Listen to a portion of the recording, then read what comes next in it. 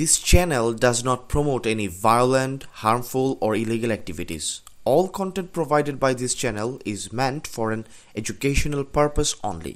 মুক্তিতে যাবেন, আল্লামা সাইদি হযরত সেখানে উপস্থিত থাকবে, তার চেহারাটা একটু খেয়াল করবেন। অন্য মার্কায় ভোট দিতে পারবেন না, সাইদি সাহেবের দাঁড়িপাল্লা মার্কায় আপনাকে ভোট দিতে হবে। এই কথা যদি মহিলাদেরকে বলেন, একটা ভূত বাইরে যাবে না। দর্শক এতক্ষণ যার বক্তব্য শুনেছেন তিনি হচ্ছেন চট্টগ্রাম ১৫ আসনে জামায়াত ইসলামীর সংসদ সদস্য প্রার্থী শাহজাহান চৌধুরীর বক্তব্য। চট্টগ্রামে সম্প্রতি অনুষ্ঠিত দায়িত্বশীল কর্মী সমাবেশে নেতাকর্মীদের নির্দেশনা দিয়েছেন ভোটারদের, বিশেষ করে মহিলাদের যেন বোঝানো হয় ভোট কেন্দ্রে আল্লামা হযরত সাইদি স্বয়ং উপস্থিত থাকবেন। এটি যদি ভোটারদের বোঝানো হয় তাহলে অন্য মার্কায় কেউ ভোট দেবে না। সাইদি সাহেবের দাঁড়িপাল্লার বাইরে একটি ভোটও যাবে না। প্রসঙ্গত গত ৪ নভেম্বর মানিকগঞ্জের ঘিওর উপজেলার জাবরা এলাকায় একটি পালা গানের আসরে সঙ্গীত পরিবেশন করেন আবুল সরকার। সেই পরিবেশনার কিছু অংশের ভিডিও সামাজিক মাধ্যমে ছড়িয়ে পড়ে, যেখানে তিনি মহান আল্লাহ তাআলাকে নিয়ে অশালীন কটূক্তি করেন বলে অভিযোগ করে মানববন্ধন করেছে এলাকার আলেম ওলামা ও তৌহিদি জনতা। অভিযোগ রয়েছে পালা গানের পুরোটা প্রচার না করে নির্দিষ্ট অংশ কেটে বিভ্রান্তিমূলক পরিস্থিতি সৃষ্টি করে নেতিবাচকভাবে তার প্রচার করা হয়েছে। গত ১৯ নভেম্বর রাত ১টার দিকে মাদারীপুরের একটি গানের আসর থেকে নিরাপত্তার কথা বলে রাজৈর থানার পুলিশ আবুল সরকারকে নিয়ে যায়। পরদিন বৃহস্পতিবার দুপুরে আবুল সরকারের বিরুদ্ধে ধর্ম অবমাননা, কটূক্তি ও দাঙ্গা উস্কে দেওয়ার অভিযোগে মামলা করে ঘিওর বন্দর মসজিদের ইমাম মোহাম্মদ আবদুল্লাহ।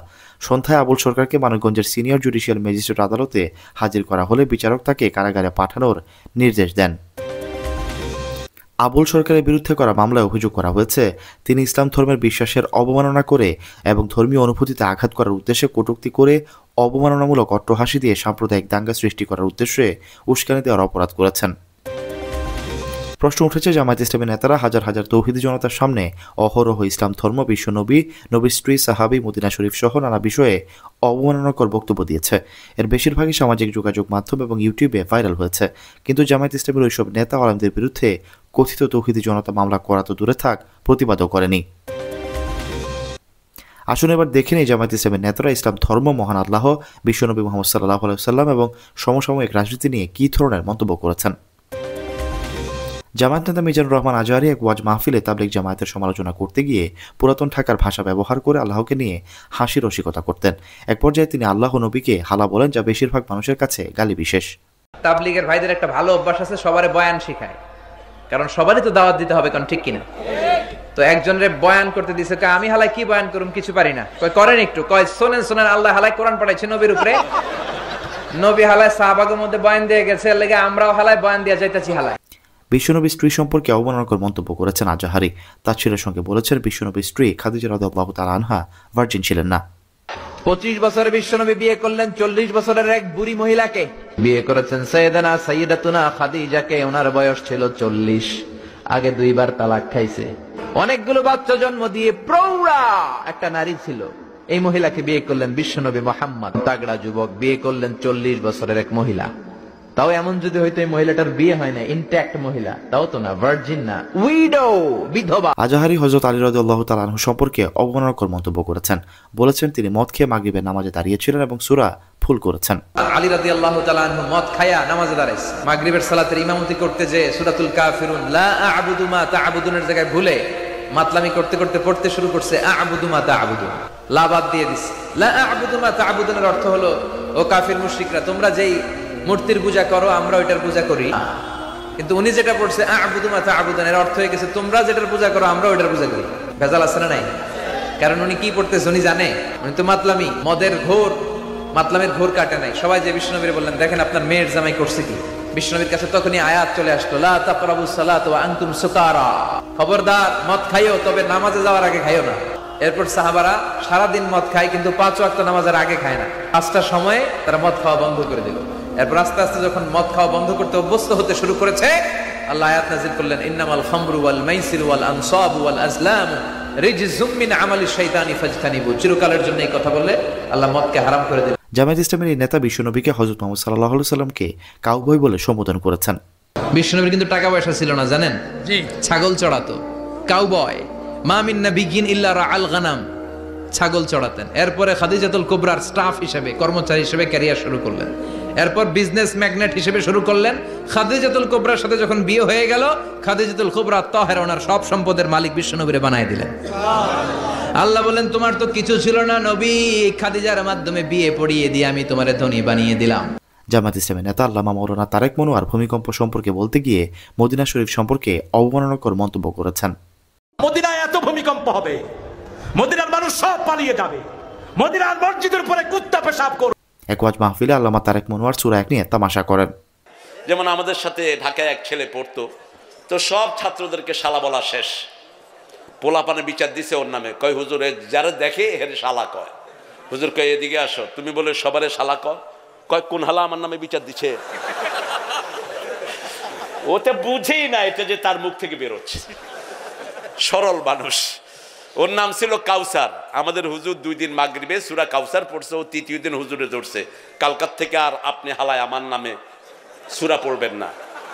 আমার ছোট ভাই রাগ করছে, কালকা থেকে সরোয়ার কইবেন। হুজুরে কইতেছে ও কইবেন ইন্না আতই না কাল সরোয়ার। হুজুরে কয় পাগল আইলো কোত্থেকে, কয় সরোয়ার মানে কয় আমার ছোট ভাইয়ের নাম সরোয়ার, আপনি আমারে 2 দিন ডাকছেন কে? জামায়াত ইসলামী চট্টগ্রাম 15 সাতকানিয়া লোহাগাড়া আসনের সংসদ সদস্য প্রার্থী শাহজাহান চৌধুরী বলেছেন, আল্লাহ এবার সিদ্ধান্ত নিয়েছে জামায়াত ইসলামকে ক্ষমতায় নেবেন। আমার মনে হচ্ছে আল্লাহ তাআলা সিদ্ধান্ত নিয়েছেন জামায়াত ইসলামীকে ক্ষমতায় দেবেন। প্রিয় ভাই সব, জনগণের মাঝে একটা প্রশ্ন, জামায়াত ইসলামীতে প্রধানমন্ত্রী কে হবে? কেমন তাই না? প্রত্যেক জায়গায় জিজ্ঞাসা করছে না? আপনারা কি জবাব দেন? আমাকে আমার সাংবাদিক বন্ধুরাও জিজ্ঞাসা করেছিল সেই দিন, তো আমি তাদেরকে বললাম জামায়াত ইসলামীতে ডজন ডজন প্রধানমন্ত্রী হওয়ার যোগ্যতা রাখে। আপনারা ডক্টর শফিকুর রহমান, উনি বাংলাদেশের সীমানা বের হয়ে এশিয়ার সীমানা পার হয়ে এখন বিশ্বনন্দিত মানবিক একজন নেতা হিসাবে বাংলাদেশে আল্লাহর নিয়ামত হিসাবে আবির্ভূত হয়েছে। ইনশাআল্লাহ ছড়িয়ে দেন, আগামী দিনে বাংলাদেশের প্রধানমন্ত্রী হিসাবে আমাদের আমিরে জামাত জনগণের সামনে পেশ করেন আপনারা। জামায়াত ইসলামের পাবনা জেলা আমির ও পাবনা 5 আসনের সংসদ সদস্য প্রার্থী প্রিন্সিপাল মাওলানা ইকবাল হোসেন বলেছেন, নামাজ, রোজা, হজ, জাকাত, কালেমার চেয়ে মুসলিম রাষ্ট্রের নেতা নির্বাচন করা সবচেয়ে বড় ফরজ। নির্বাচন করা এই জন্য নামাজ, রোজা, হজ, জাকাত, কালেমার চাইতে আপনি মুসলিম রাষ্ট্রের নেতা নির্বাচন করা সব ফরজের বড় ফরজ। জামায়াত ইসলামী নেতা ঢাকা 14 আসনের সংসদ সদস্য প্রার্থী ব্যারিস্টার আরমান বলেছেন, দাঁড়িপাল্লায় ভোট দিলে ভূমিকম্পে ক্ষয়ক্ষতি হবে না। ভূমিকম্প বারবার হচ্ছে কিন্তু সরকারের জন্য কোনো মতে ঘুম ভাঙছে না। আমরা ওয়াদা করছি যদি আপনারা দাঁড়িপাল্লার উপর রাস্তা রাখেন তাহলে ভূমিকম্পের ব্যাপারে আমরা এমন ব্যবস্থা নেব যেন কোনো যানবাহনের ক্ষয়ক্ষতি না হয় ইনশাআল্লাহ। জামায়াত ইসলামী নেতা ডক্টর হিফজুর রহমান বলেছেন, এই নির্বাচনে ইসলামের পক্ষে ভোট না দিলে ঈমান থাকবে না। এখন আপনারা এখন বহুত আলেম ওলামারা আছেন, খতিব আছেন, সমাজের নেতৃস্থানীয় ব্যক্তিত্ব আছেন, যে যেখানে দাঁড়ান, সেটা মসজিদের মিম্বার হোক আর চায়ের স্টল হোক, এটা মানুষদেরকে একথা বলেন যে এবার যারা ইসলামের পক্ষে ভোট দেবে তাদেরই ঈমান থাকবে, যাদের ইসলামের পক্ষে ভোট দিবে না তাদের ঈমান থাকার কোনো সুযোগ নেই। এই কথাটি আপনি শক্তিশালীভাবে মানুষের কাছে উপস্থাপন করতে হবে। আমরা সবাই ঐক্যবদ্ধভাবে এই বিষয়টি যদি সবখান থেকে, সব জায়গা থেকে, সব স্টেজ থেকে, একেবারে রুট লেভেল থেকে আমরা মানুষদেরকে বুঝাতে পারি, তাহলে আশা করা যায় যে একটি ভালো ফলাফল আমরা পেয়ে যাব ইনশাআল্লাহ। জামায়াত ইসলামী নেতা সুনামগঞ্জ 2 দিরাইশাল্লাহ আসনের সংসদ সদস্য প্রার্থী অ্যাডভোকেট শিশির মনি বলেছেন, রোজা এবং পূজা একই মুদ্রার 2 পেট। মোরা এক বৃন্তে 2টি কুসুম, হিন্দু মুসলমান, মুসলিম তার নয়নমণি, হিন্দু তাহার প্রাণ। একটাকে আলাদা করলে আরেকটা বাঁচবে না, একটাকে সরাই দেন সমাজের ভারসাম্য থাকবে না। একটা মাতৃজঠরে 2টা শিশু, যমজ শিশু জন্মগ্রহণ করলে একটাকে যদি সরিয়ে দেন আরেকটা যেমন ব্যথিত হয়, আমাদের এই ভাটি অঞ্চলে একজন হিন্দুকে যদি সরিয়ে দেন আরেকজন মুসলমানের অস্তিত্ব থাকবে না। আবার একজন মুসলমানকে যদি ছড়িয়ে দেন তদ্রুপ ভাবে হিন্দু মানুষদেরও অস্তিত্ব থাকবে না। তার মানে কি দাঁড়াচ্ছে? We are the same coin, concomitant side of the same coin, একই মুদ্রা, এপিঠ এবং ওপিঠ। এপিঠে আছে শাপলা, ওপিঠে আছে আনারস। আমরা একই মুদ্রার এপার এবং ওপার। এইটাই হলো একদিকে রোজা, আরেকদিকে হলো পূজা। এই রোজা এবং পূজা মিলে বাংলাদেশ। এবার আসি জামায়াত ইসলামের কুষ্টিয়া সদর আসনের প্রার্থী মুফতি আমির হামজার কথায়। তিনি এক ওয়াজ মাহফিলে বলেছেন, করোনা আসলে কুরআন শরীফ মিথ্যা হয়ে যাবে। কসম দিচ্ছি আপনার কাছে করোনা আসবে না, যদি আসে আমার কাছ থেকে বুঝিয়ে নেবেন। যান, যদি আসে তাহলে কোরআন শরীফ মিথ্যা হয়ে যাবে। সম্প্রতি মুফতি আমির হামজা বলেছেন, জামাতকে একটা ভোট দিলে 18 কোটি মানুষের নামাজের সওয়াব পাবেন।